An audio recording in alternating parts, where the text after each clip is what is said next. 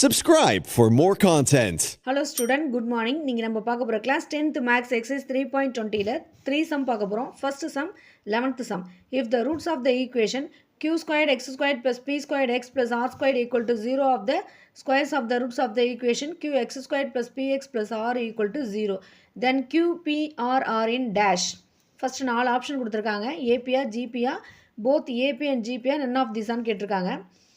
So இந்த ஈக்குவேஷனோட route இந்த ஈக்குவேஷனோட ரூட்டோட ஸ்கொயராக இருக்கும் அப்படின்னு சொல்லியிருக்காங்க. ஸோ ஃபஸ்ட்டு நம்ம ஃபார் எக்ஸாம்பிள் ஏபிசின்னு எடுத்துக்கிறோம்னா அதுக்கு ஏபி எப்படி இருக்கும், ஏபியோட கண்டிஷன் எப்படி இருக்கும் அப்படின்னா 2b equal to A plus சியாக இருக்கும். ஜிபின்னு எடுத்துட்டோம்னா ஜிபியோட கண்டிஷன் எப்படி இருக்கும் அப்படின்னா பி ஸ்கொயர்ட் ஈக்குவல் டு ஏசியாக இருக்கும்.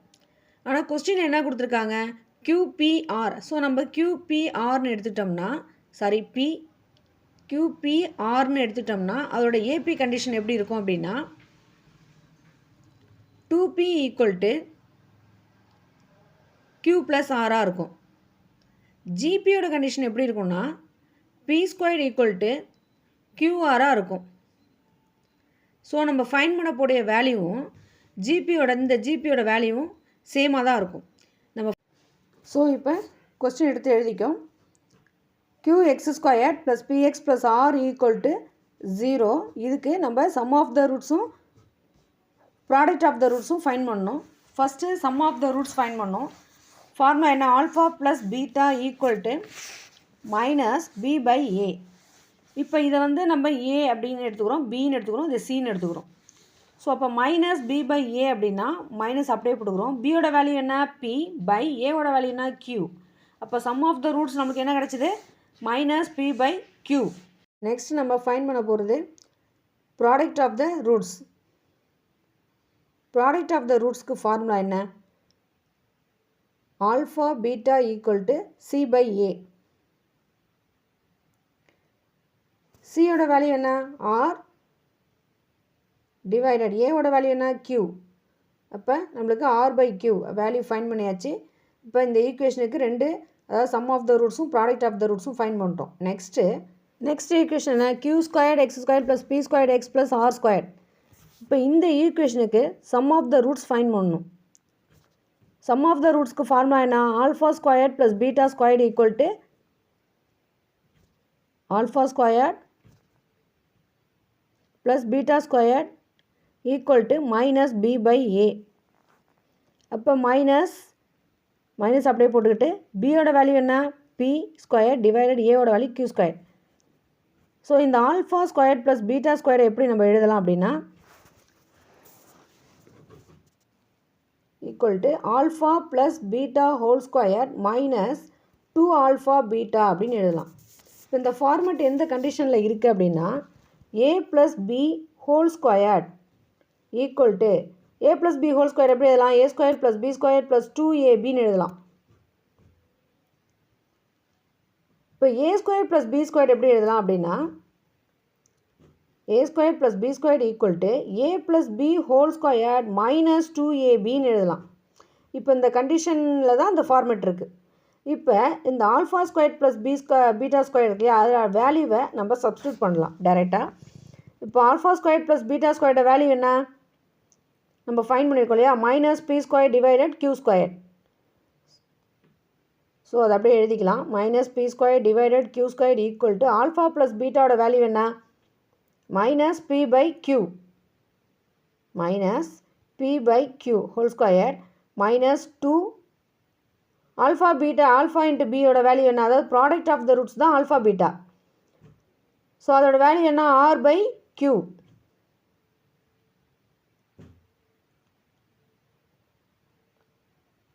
So minus B square divided Q ஸ்கொயரை அப்படியே வச்சுக்கிறோம் equal to minus B divided Q whole ஸ்கொயர்னா என்னது, B square divided Q square.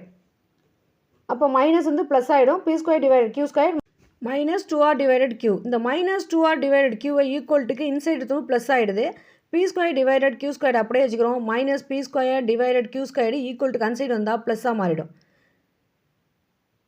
இப்போ ரெண்டுமே சேமாக இருக்குது. கீழே டினாமினேட்டர் ரெண்டு சேமாக இருக்கிறதுனால நம்ம ஆட் பண்ணிக்கலாம். அதாவது 2 q ஸ்கொயருக்கு ஒரு q ஸ்கொயர் போட்டால் போதும். 2r டிவைடட் q அப்படியே வச்சுக்கிறோம்.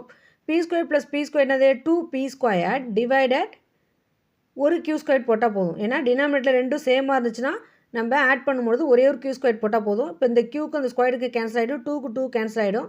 So r equal to p square divided q. இப்போ p ஸ்கொயர் டிவைடட் qன்றது ஃப்ராக்ஷனில் இருக்குது. ஸோ நம்ம ஆரையும் ஃப்ராக்ஷனில் மாற்றிக்கலாம். ஸோ r டிவைடட் 1 ஒன்றுமே இல்லைனா 1 இருக்குதான் அர்த்தம்.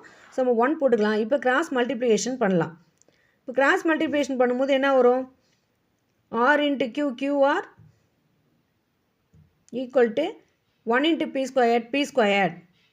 So therefore p squared equal to qr நம்ம சேஞ்ச் பண்ணி எழுதிக்கலாம். ஸோ இப்போ நான் மேலே சொன்ன கண்டிஷன் ஜிபிக்கு என்ன கண்டிஷன் இருக்கும்னு சொன்னேன்? p squared equal to qr. So ரெண்டும் சேமாக இருக்குது. So answer GP. So that's sorry 12th question பாருங்கள். Graph of a linear polynomial is straight line, circle, parabola, hyperbola. 4 option கொடுத்துருக்காங்க. என்னன்னு கேட்டிருக்காங்க. லீனர் பாலினாமியல்னு வந்தாலே அது ஸ்ட்ரைட் லைன் தான். அதாவது ax plus by plus c அப்படின்னு இருக்குது அப்படின்னா இப்போ வந்து இங்கே வந்து எக்ஸோட பவர் வந்து 1. இந்த மாதிரி 1 பவர் உள்ளது எல்லாமே அதாவது லீனர் பாலினாமியல். 1 பவர் வந்தாலே ஸ்ட்ரைட் லைன் தான். அதாவது லீனர் பாலினாமியல்னு வந்தாலே ஸ்ட்ரைட் லைன் தான்.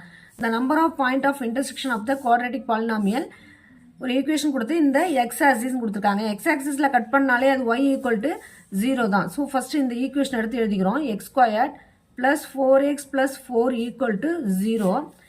இப்போ இதுக்கு ஃபேக்டர் ஃபைன் பண்ணால் லாஸ்ட்டில் உள்ள நம்பரை மேலே எழுதிக்கணும், சென்டரில் உள்ள நம்பரை கீழே எழுதிக்கணும். இப்போ 2 into 2 4, 2 + 2 ரெண்டுத்தையும் ஆட் பண்ணால் 4 வரணும், ரெண்டுத்தையும் மல்டிப்ளை பண்ணாலும் 4 வரணும். அப்போ x + 2 ஈக்குவல் டு 0. இதை வந்து x + 2 whole squared equal to 0ன்னு எழுதிக்கலாம். அதாவது x + 2 ரெண்டு வேல்யூ நம்மளுக்கு 2 ஃபேக்டர் கிடச்சிருக்கு இல்லையா? அப்போ x equal to 0 equal to 0. இப்போ x ஈக்குவல் டு +2 வந்தாலும் போனால் -2, x equal to +2 equal to கன்சைட் போனால் -2. அப்போ நம்ம எக்ஸோட வேல்யூ நம்மளுக்கு என்ன வந்திருக்கு? -2. இப்போ ரெண்டுமே சேம் வேல்யூ தான். ஸோ பாயிண்ட் ஆஃப் இன்டர்செக்ஷன் என்ன அப்படின்னா எக்ஸோட வேல்யூ ஒய்யோட வேல்யூ எழுதணும். ஸோ எக்ஸோட வேல்யூ ரெண்டுமே சேமாக இருக்கிறதுனால நம்ம ஒரு -2 மட்டும் எடுத்தால் போதும். ரெண்டு -2க்கு ஒரு -2 எழுதினா போதும். அப்போ எக்ஸோட வேல்யூ -2, ஒய்யோட வேல்யூ 0. ஸோ கொஸ்டின் என்ன கேட்டிருக்காங்க? The number of point of intersection. So number of point of இன்டர்செக்ஷன்னா இப்போ இங்கே எத்தனை பாயிண்ட் இருக்குது அப்படின்னா ஒரு பாயிண்ட் தான் இருக்குது. அதாவது எக்ஸோட வேல்யூ ஒய்யோட வேல்யூ ரெண்டும் சேர்ந்து தான் ஒரு பாயிண்ட். அப்போ ஆன்சர் 1. பி பாருங்கள். ஸோ நம்ம ஃபைண்ட் பண்ண வேல்யூ வந்து 1. ஸோ ஆப்ஷன் பி தான் கரெக்ட். That's all.